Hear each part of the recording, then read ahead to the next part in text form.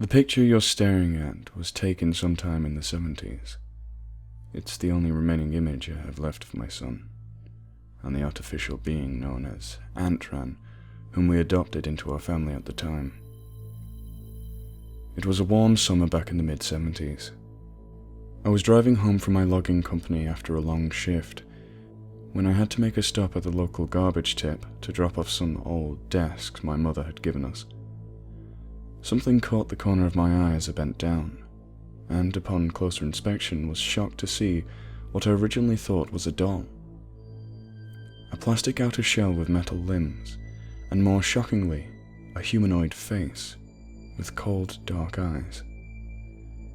I'll be honest to say I was curious at the time and incredibly impressed with the workmanship, so I didn't think twice before placing it carefully along the back seat of my car and took it home. My son's interest was almost as intense as mine, and we bonded over the course of a few days, opening it up, looking at all its circuitry and seeing if anything had been misplaced or broken.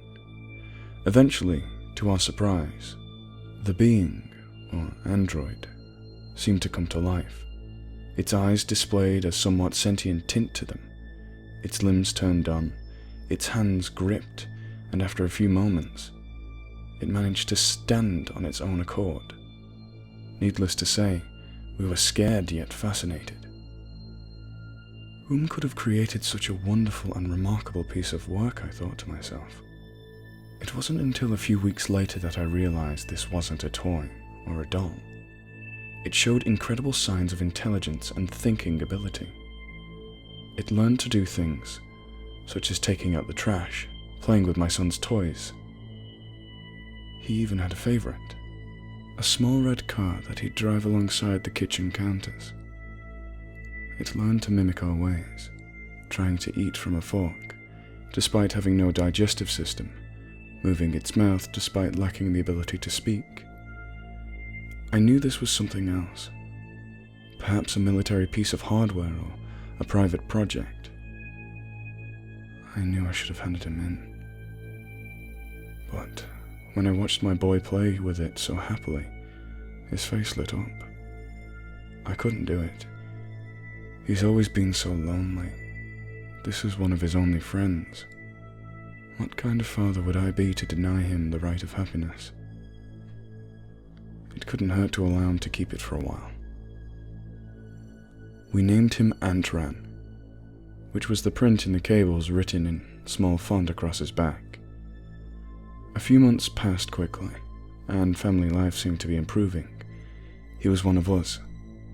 My lad's grades improved. His mood improved. Everything was getting better. Until one evening in July. I was sitting in my armchair with a beer watching television. My boy and Antran had knelt down on the rug, play fighting with one another, as boys do, when suddenly my attention was drawn to a loud gasp.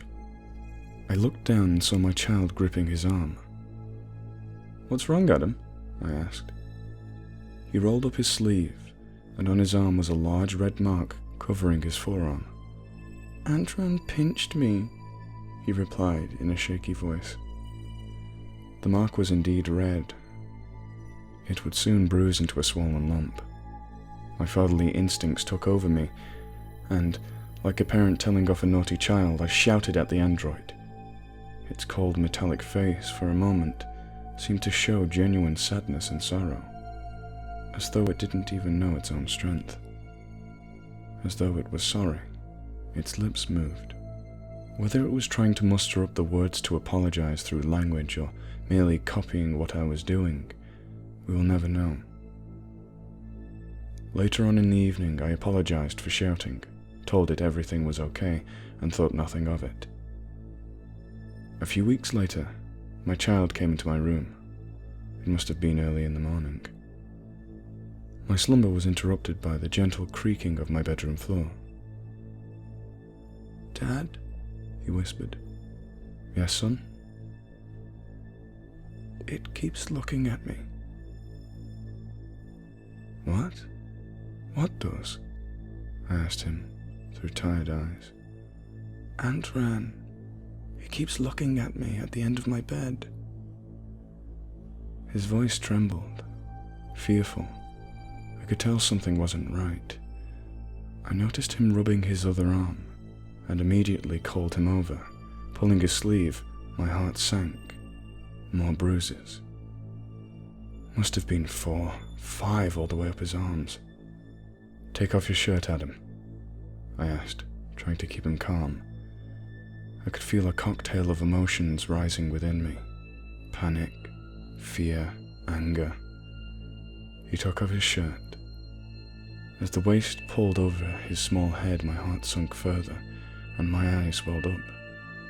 Before me, my son stood, his small frame coated in bruises, different sizes, different shades of browns and purples. Immediately, I got up and stormed into Adam's room. Nothing. I shouted at the top of my lungs for the being, looking under the bed, out the closed bedroom window.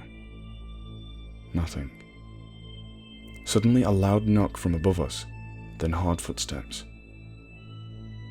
"It's in the loft," I whispered, my eyes to the heavens. As I paced down the corridor, I noticed the walls on either side of me were coated in scratches all the way up to the now swinging piece of string that leads to the small loft door. Slowly, I pulled it open, telling my scared son to stay where he was. The ladder fell down, and I climbed up. Taking a hold of the torch we'd left on the side of the opening, I turned it on, only to find the small window we have in there to be smashed. It had escaped. Immediately, I considered calling the emergency services, but who was going to believe me? A sentient, metallic being hurt my child. They'll take one look at the bruises and have me locked up for abuse. I had no choice but to keep quiet. Weeks, then months passed. Every time we went outside, we'd notice ever-increasing signs of Antran's presence. The familiar scratch marks alongside the bricking of my home. Plants had been disturbed, patches of mud leading up to the windows. I feared for my son, taking him to and from school, never letting him out of my sight. What had caused this sudden hostility towards us? Had we done it wrong? Was it my shouting?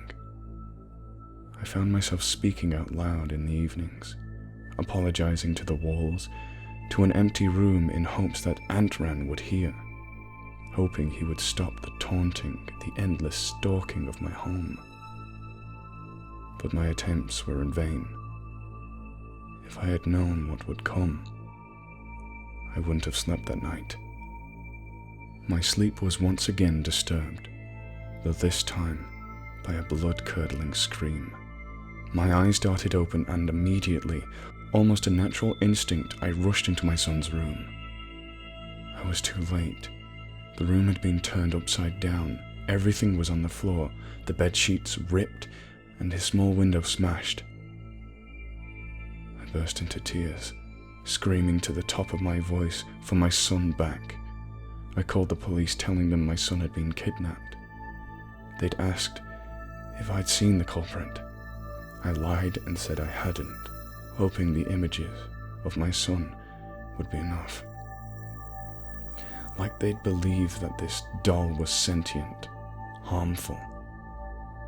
For the next few days, I cried myself to sleep, sobbing like a child. Life wasn't worth living anymore. I wish I'd never found that thing. I betrayed my son's trust in me as a father, to protect him, and now I pay the price. It was a September dawn, sat in my armchair drinking, when I heard the pantry door creak open. "Adam?" I called, rushing to the kitchen. Again, nothing. Except there on the kitchen counter, Antran's favorite red toy car.